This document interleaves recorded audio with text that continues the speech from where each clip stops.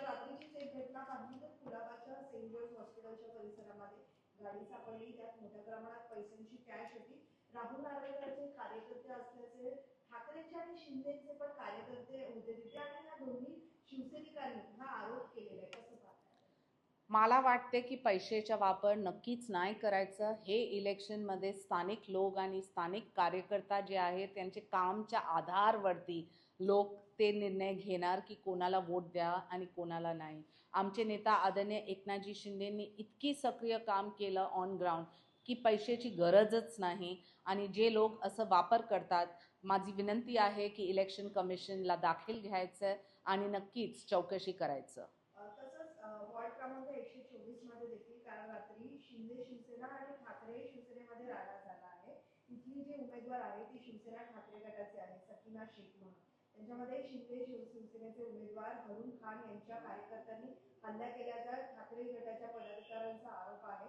मोठ्या प्रमाणात पैशाचं वाटप करत असताना शिवसेना ठाकरे गटाच्या पदाधिकाऱ्यांनी पकडल्याचा हा वाद जो आहे तो सांगितला जातो. बघा, मला वाटते की इंडिपेंडेंट एजन्सीज इलेक्शन कमिशन सक्षम आहे. तिथे पोलीस आणि इलेक्शन कमिशनला बघायचं आहे आणि चौकशी करायचं आहे. आता आरोप प्रत्यारोप तुम्ही बघितलं की स्थानिक लेवलवरती खूपच होते, परंतु आम्हाला हे म्हणायचं आहे की लोकांनी विश्वास जतवलं तर आमचे नेता आदरणीय एकनाथजी शिंदेच्या कामबद्दल आणि देवेंद्रजी आणि एकनाथजींनी जे महायुतीमध्ये उजागर केलं काल रॅलीमध्ये, ते फक्त प्रगती प्रगती प्रगती होते. तर असं इन्सिडेंट्स जेव्हा होते, पोलीस आणि इलेक्शन कमिशन चौकशी करणार.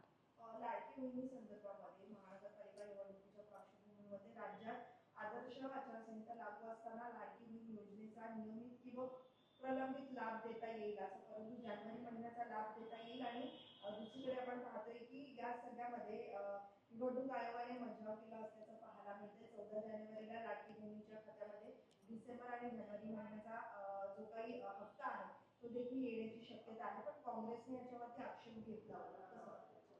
बघा, लाडकी बहीण योजना आहे का?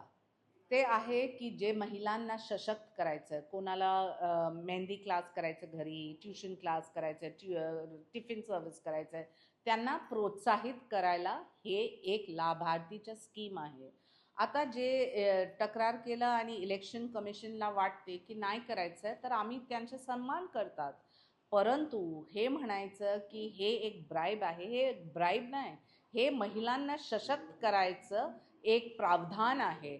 आणि मला वाटते की आमचे मुंबई आणि महाराष्ट्रामध्ये इतकी बहीण आहे, इतकी लाडकी बहीण, ज्यांचे लाईफमध्ये हे पहिल्यांदा त्यांना हे सन्मान भेटलं. डन.